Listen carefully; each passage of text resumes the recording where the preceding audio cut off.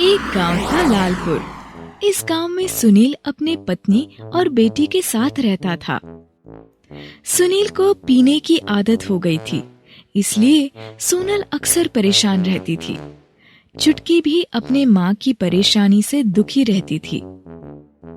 एक दिन सोनल चुटकी को स्कूल से लेके आ रही थी, तभी उनकी नजर एक छोटे से पपी पे पड़ी, जो कि एक सड़क के किनारे बेहाल पड़ा था। उसे जगह जगह चोट लगी हुई थी। सोनल ने फौरन उस पपी को उठाया और प्यार करने लगी। माँ, लगता है इस पपी को लग गई है और पता नहीं बेचारे ने कुछ खाया भी है या नहीं। क्या हम इसे घर ले जाए और हमेशा के लिए रख ले? हाँ बिटिया, ले जाना तो मैं भी चाहती हूँ, लेकिन तू तो तेरे बाबा का जानती है ना। माँ, हम इसे पापा से छुपा के रखेंगे तो उन्हें पता ही नहीं चलेगा। सोनल मान जाती है और फिर सोनल और चुटकी उस पपी का नाम टोनी रखते हैं। टोनी कुछ ही दिनों में ठीक हो जाता है। अब तो सोनल और चुटकी को उसकी आदत हो जाती है। टोनी अब बड़ा हो गया था, तो अब सबके सोने के बाद घर की रखवाली करने लगा था। वह सुनील के पीने की आदत बढ़ने लगी थी। अब वो रोज आके सोनल को रात को मारने लगा था। टोनी को ये सब देखकर अच्छा नहीं लगता। एक दिन जब सुनील सोनल पे हाथ उठाता है, तो टोनी को गुस्सा आ जाता है और वो गुस्से में सुनील पे कूद पड़ता है और उसे काट लेता है। सुनील लकड़ी से टोनी को मारने लगता है। पापा, मत मारो ना टोनी को, वो बहुत अच्छा है। वो हमेशा हमारे घर की रक्षा करता है। वो दूसरे कुत्तों की तरह नहीं है।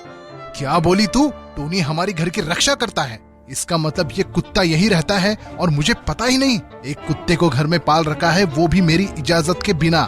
जरूर तेरी माँ ही लाई होगी इस कुत्ते को घर के अंदर। नहीं पापा, मैंने कुछ नहीं किया।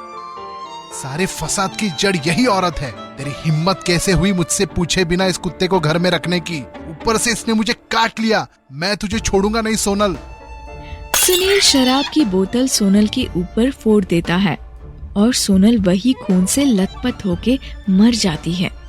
फिर सुनील उस कुत्ते को घर से बाहर फेंक देता है और चुटकी को घर के कमरे में बंद कर देता है।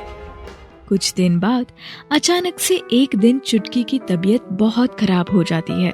वो बुखार में तड़प रही होती है, लेकिन सुनील तो शराब के नशे में था।